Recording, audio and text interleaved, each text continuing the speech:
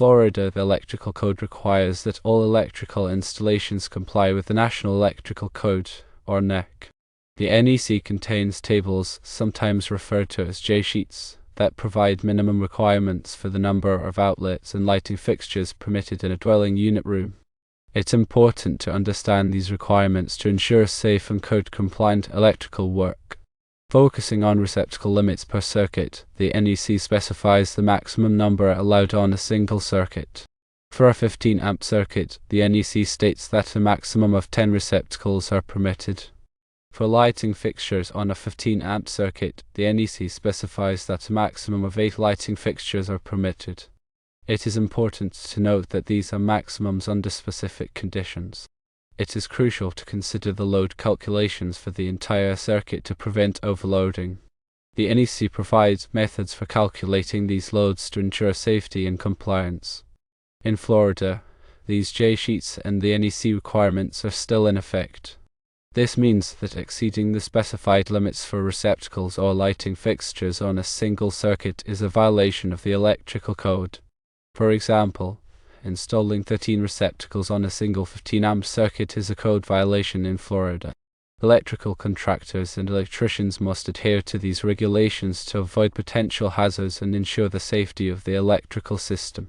When faced with uncertainty about code compliance, it is always advisable to consult a qualified electrical inspector. An inspector can provide guidance and ensure that the installation meets all applicable code requirements. The NEC undergoes revisions and updates periodically. Therefore, it's essential to stay informed about the latest edition of the code and any amendments adopted by the state or local jurisdiction. These updates may introduce changes to the requirements for receptacle and lighting fixture installations. It is also very important to always conduct a load calculation. The load calculation is crucial to determine a safe and appropriate number of outlets and lighting fixtures on a circuit. The NEC provides detailed guidelines on how to perform load calculations for various types of circuits and occupancies. These calculations take into account factors such as the square footage of the area served, the types of appliances and equipment connected to the circuit, and any applicable demand factors. Firstly, determine the total load on the circuit. This involves adding up the wattage of all the connected devices and appliances. Secondly, ensure that the total load does not exceed the capacity of the circuit breaker or fuse protecting the circuit. The capacity is typically 80% of the breaker's rating to account for continuous loads. Thirdly, consider the voltage drop in the circuit. Excessive voltage drop can lead to dimming lights and malfunctioning equipment. The NEC provides guidelines for minimizing voltage drop. Fourthly, use appropriately sized conductors for the circuit. The conductor size must be adequate to carry the anticipated load without overheating. NEC Table 310.15b16 provides ampacity ratings for various conductor sizes. Fifthly, ensure that all electrical work is performed by qualified and licensed electricians.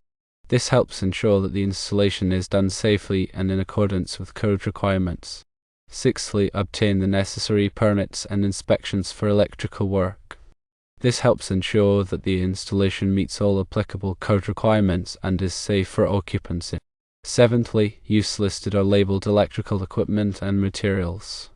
Listed equipment has been tested and certified by a recognized testing laboratory to meet safety standards.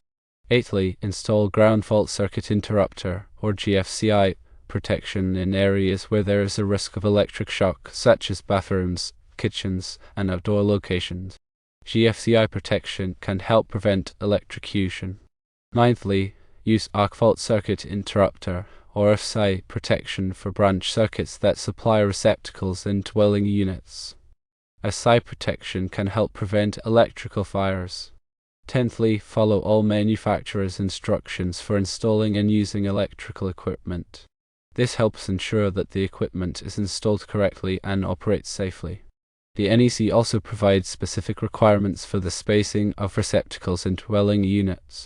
These requirements are intended to ensure the receptacles are conveniently located and accessible to occupants. For example, the NEC requires the receptacles be installed so that no point along the wall line is more than 6 feet from a receptacle. The NEC also includes requirements for receptacle outlets in specific locations, such as countertops and islands. These requirements are intended to provide convenient access to power for appliances and equipment used in these areas. It is important to note that the NEC requirements are minimum standards.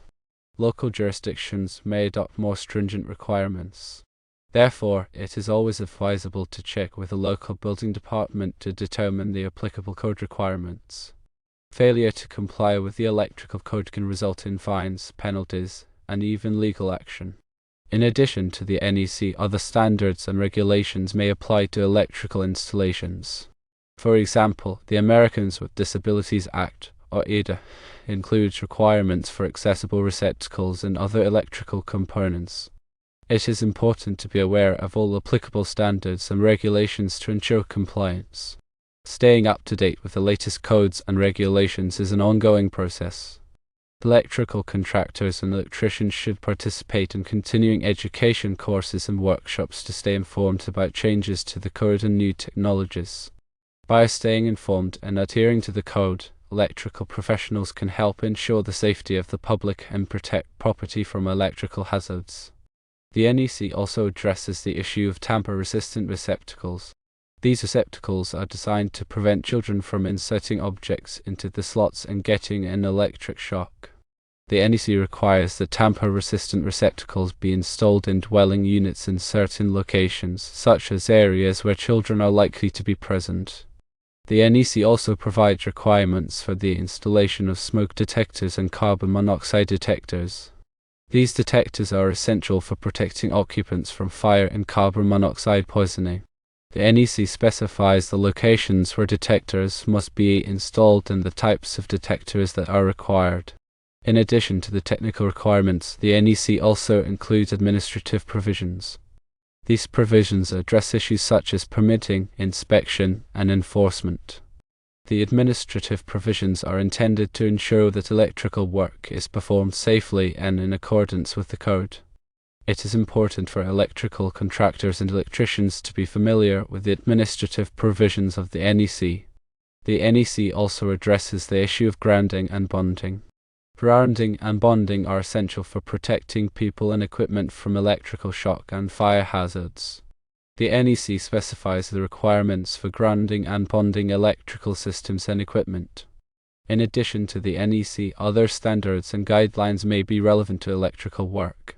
For example, the National Fire Protection Association, or NFPA, publishes a number of standards related to electrical safety. These standards provide guidance on topics such as electrical safety in the workplace and electrical equipment maintenance. It is important for electrical professionals to be aware of these standards and guidelines. The NEC is a complex and comprehensive document. It is not possible to cover all of its provisions in a brief overview. However, this information provides a general overview of some of the key requirements related to receptacle and lighting fixture installation. It is important for electrical contractors and electricians to consult the NEC directly for complete and accurate information. The NEC is updated every 3 years. The latest edition of the NEC is available from the National Fire Protection Association. Electrical contractors and electricians should ensure that they are using the latest edition of the code. In addition to the NEC, state and local jurisdictions may have their own electrical codes. These codes may be more stringent than the NEC. It is important to check with the local building department to determine the applicable code requirements. Failure to comply with the electrical code can have serious consequences. It can result in fines, penalties, and even legal action. It can also put people's lives at risk. Therefore, it is essential for electrical contractors and electricians to take the electrical code seriously. If you are ever unsure about whether or not an electrical installation is up to code, you should always contact a qualified electrician for an inspection. The NEC addresses the use of extension cords. Extension cords should only be used for temporary power needs. They should not be used as a substitute for permanent wiring. The NEC provides guidelines on the proper use of extension cords. The NEC also addresses the use of surge protectors. Surge protectors are designed to protect electronic equipment from voltage spikes.